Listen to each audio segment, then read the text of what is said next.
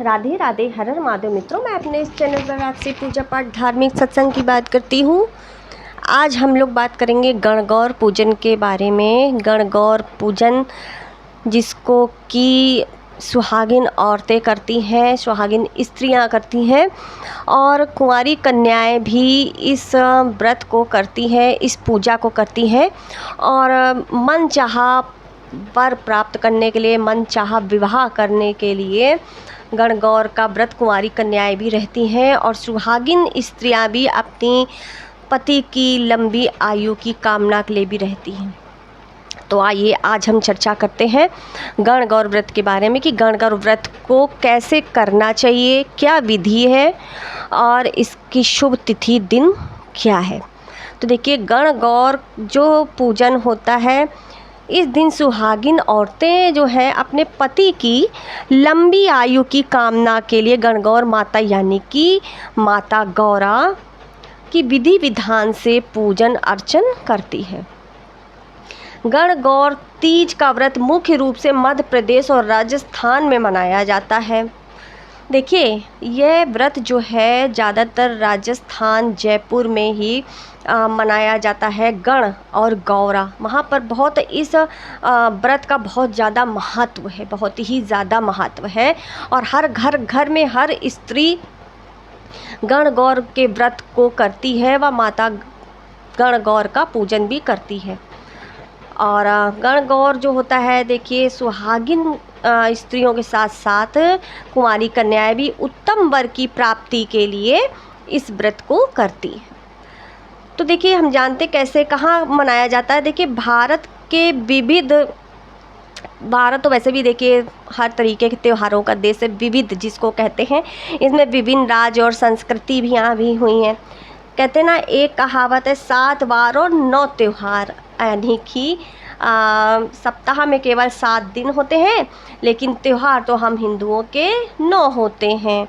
तो गणगौर यानी गौरी तृतीया एक जीवंत धार्मिक त्यौहार है। गणगौर या गौरी तृतीया एक जीवंत धार्मिक त्यौहार है जो देवी पार्वती और भगवान शिव के दिव्य प्रेम का जश्न मनाता है, उत्साह मनाता है, उत्सव मनाता है।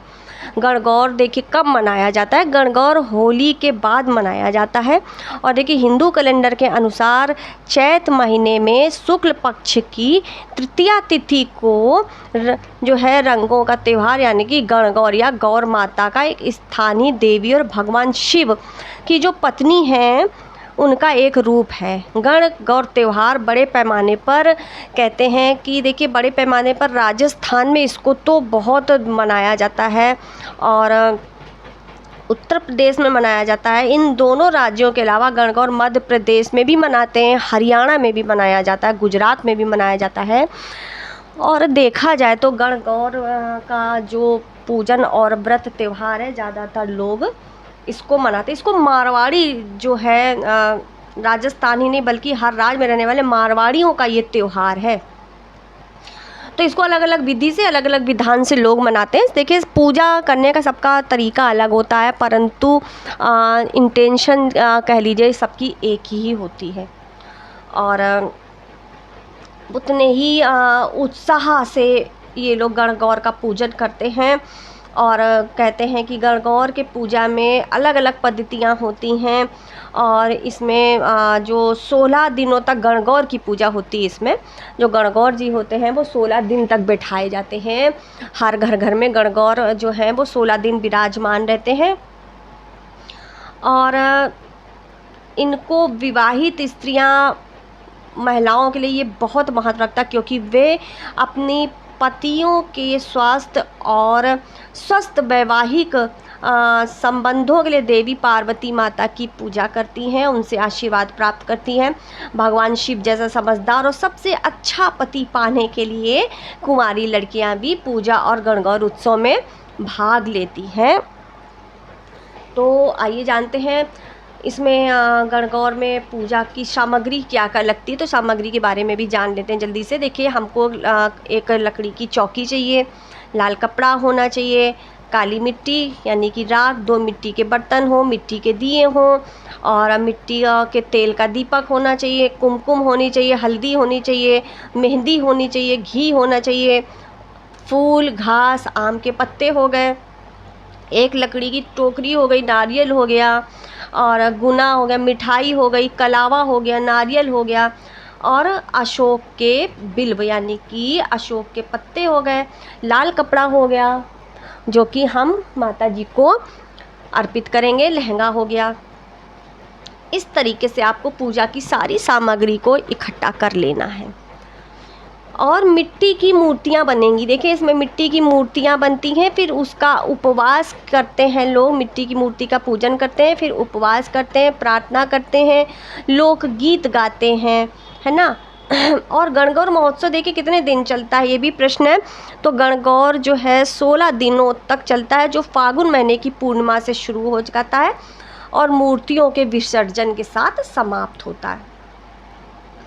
और इनमें देखिए जो मेन पारंपरिक जो प्रसाद बनता है वो गणगौर की पूजा में होता है। व्यंजनों में गुना मिठाई होती है, पूड़ी होती है, गेहूं आधारित मिठाइयाँ जैसे कि बनता है सीरा, आपने सुना होगा ना, शक्कर का सीरा बनता है। पूजा के दौरान प्रसाद के रूप में चढ़ाए जाने वाले ये विभिन्न प्रसाद हैं और फल जरूर अवश्य, देखिए कोई भी पूजा होती है उसमें फल अवश्य चढ़ता है। और माता का आशीर्वाद लेती हैं और महिलाएं अपने पति की सलामती आशीर्वाद के लिए माता को अपने सुखी वैवाहिक जीवन का आशीर्वाद लेती हैं और माता को प्रसन्न करने की पूरी चेष्टा करती हैं।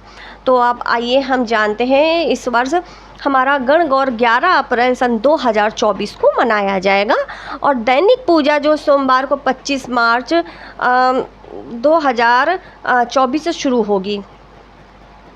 सूर्योदय पर सर्वोत्तम मुहूर्त होगा प्रातःकाल 6:29 पर प्रातः 8:24 तक। तो हम समझ गए हैं। देखिए 11 अप्रैल को यह उत्सव दैनिक पूजा सोमवार की जो शुरू हो जाएगी और दैनिक पूजा जो हमारी शुरू होगी वो सोमवार 25 मार्च 2024 से शुरू होगी। तो गणगौर पूजा जो है बहुत मायने रखती है सुहागिन स्त्रियों के लिए भी और अविवाहित कन्याओं के लिए भी, क्योंकि गणगौर पूजन एक ऐसा पूजन माना जाता है कि इसमें आप अपनी मनोवांछित मनोकामना पूर्ण करने के लिए जो भी कार्य करती हैं, माता गण की पूजा करती हैं, गौरा माता को प्रसन्न करती हैं, तो आप अपना मनचाहा वर प्राप्त करती हैं।